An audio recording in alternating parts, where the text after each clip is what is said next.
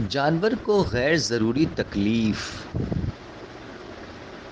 آپ صلی اللہ علیہ وآلہ وسلم نے جانوروں کے ساتھ سلوک کرنے کے متعدد اصول بتائے ہیں۔ جو جانور جس کام کے لیے پیدا کیا گیا ہے اس سے وہی کام لینا چاہیے۔ چنانچہ فرمایا کہ ایک شخص ایک بیل پر سوار ہو کر جا رہا تھا۔ بیل نے مڑ کر دیکھا اور کہا کہ میں اس کے لیے نہیں پیدا کیا گیا ہوں، صرف کھیتی باڑی کے لیے پیدا کیا گیا ہوں۔ نیز فرمایا کہ اپنے جانوروں کی پیٹھ کو ممبر نہ بناؤ۔ اللہ نے ان کو تمہارا فرما بردار صرف اس لیے بنایا ہے کہ وہ تم کو ایسے مقامات میں پہنچا دیں جہاں تم بڑی مشقت سے پہنچ سکتے تھے۔ تمہارے لیے اللہ نے زمین کو پیدا کیا ہے، اپنی ضرورتیں اسی پر پوری کرو۔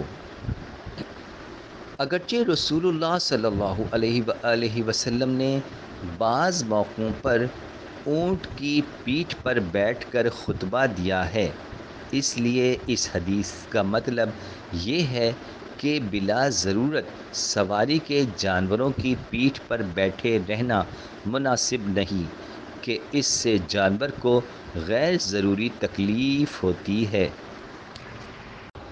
ایک اونٹ کی شکایت۔ ایک بار آپ صلی اللہ علیہ وآلہ وسلم نے ایک اونٹ دیکھا جس کا پیٹ بھوک کی وجہ سے پیٹھ سے لگ گیا تھا۔ فرمایا ان بے زبان جانوروں کے معاملے میں اللہ سے ڈرو، ان پر سوار ہو تو ان کو اچھی حالت میں رکھ کر سوار ہو، اور ان کو کھاؤ تو ان کو اچھی حالت میں رکھ کر کھاؤ۔ ایک بار آپ صلی اللہ علیہ وآلہ وسلم ایک انصاری کے باغ میں رفع حاجت کے لیے گئے۔ اس میں ایک اونٹ تھا جو رسول اللہ صلی اللہ علیہ وآلہ وسلم کو دیکھ کر بلبلایا اور آب دیدہ ہو گیا۔ آپ صلی اللہ علیہ وآلہ وسلم اس کے پاس گئے اور اس کی کن پٹی پر ہاتھ پھیرا اور فرمایا یہ کس کا اونٹ ہے؟ ایک انصاری نوجوان نے آ کر کہا میرا یا رسول اللہ صلی اللہ علیہ وآلہ وسلم۔ آپ صلی اللہ علیہ وآلہ وسلم نے فرمایا اس جانور کے بارے میں جس کا اللہ نے تم کو مالک بنایا ہے نہیں ڈرتے؟ اس نے مجھ سے شکایت کی ہے کہ تم اس کو بھوکا رکھتے ہو اور اس پر جبر کرتے ہو۔ جانوروں کے منہ پر مارنے یا اس پر داغ دینے کی ممانعت فرمائی، ایسا کرنے والوں کو ملعون قرار دیا۔ جانوروں کے باہم لڑانے سے بھی منع فرمایا کہ اس سے وہ بے فائدہ گھائل اور زخمی ہو کر تکلیف پاتے ہیں۔ اللہ کا رحم۔ ایک حدیث میں ہے کہ ایک صحابی رضی اللہ تعالی عنہ نے کہا یا رسول اللہ صلی اللہ علیہ وآلہ وسلم، میں بکری کو ذبح کرتا ہوں تو مجھے اس پر رحم آتا ہے، یا یہ کہ مجھے اس پر رحم آتا ہے کہ میں بکری کو ذبح کروں؟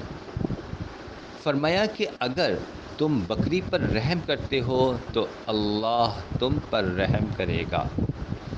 یہی وجہ ہے کہ دانت سے کاٹ کر یا ناخن سے خراش دے کر جانوروں کے ذبح کرنے کی ممانعت فرمائی، کیونکہ اس سے جانوروں کو تکلیف ہوتی ہے۔ کنکر پتھر اور غلیل چلانے کی بھی ممانعت فرمائی، کیونکہ اس سے بھی جانوروں کو تکلیف ہوتی ہے، اور فرمایا کہ اس سے نہ تو شکار ہو سکتا ہے نہ دشمن شکست کھا سکتا ہے، البتہ اس سے دانت ٹوٹ سکتا ہے اور آنکھ پھوٹ سکتی ہے۔ مطلب یہ کہ بلا ضرورت جانوروں اور پرندوں کو جسمانی صدمہ پہنچانا جائز نہیں۔